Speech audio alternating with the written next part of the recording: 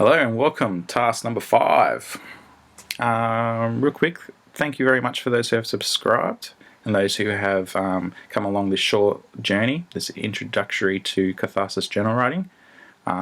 Today's task number 5, amp it up a little bit, it's closer to what actual catharsis therapy is. Okay, so get your pens and papers out.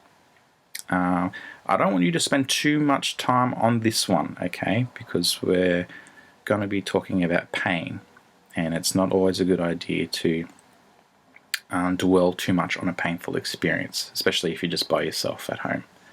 Okay, alright, so catharsis therapy is being able to bring up these hidden deep emotions in a safe way so that you're able to deal with them rather than just hiding them down, because a hidden emotion grows and festers, and it's like cancer.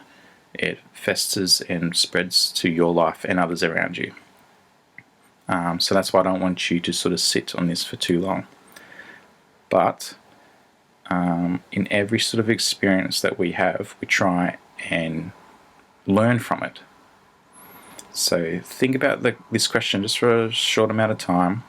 Write down your answer. And if you don't think that you have learned anything from it, maybe you can learn something from it right now. And that's the idea of this exercise. Can you write down something that you've learnt from this past experience?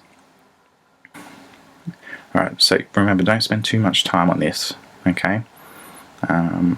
If you feel too emotionally involved in this exercise, as I said before, just cut bait, okay? But this is just to give you a little idea of what catharsis therapy is all about. So yeah, task number 5, and that is it for the workshop, and I hope you guys stick around because I will be having more workshops, free workshops coming up, and then at a later date there will be some more extensive catharsis therapy workshops.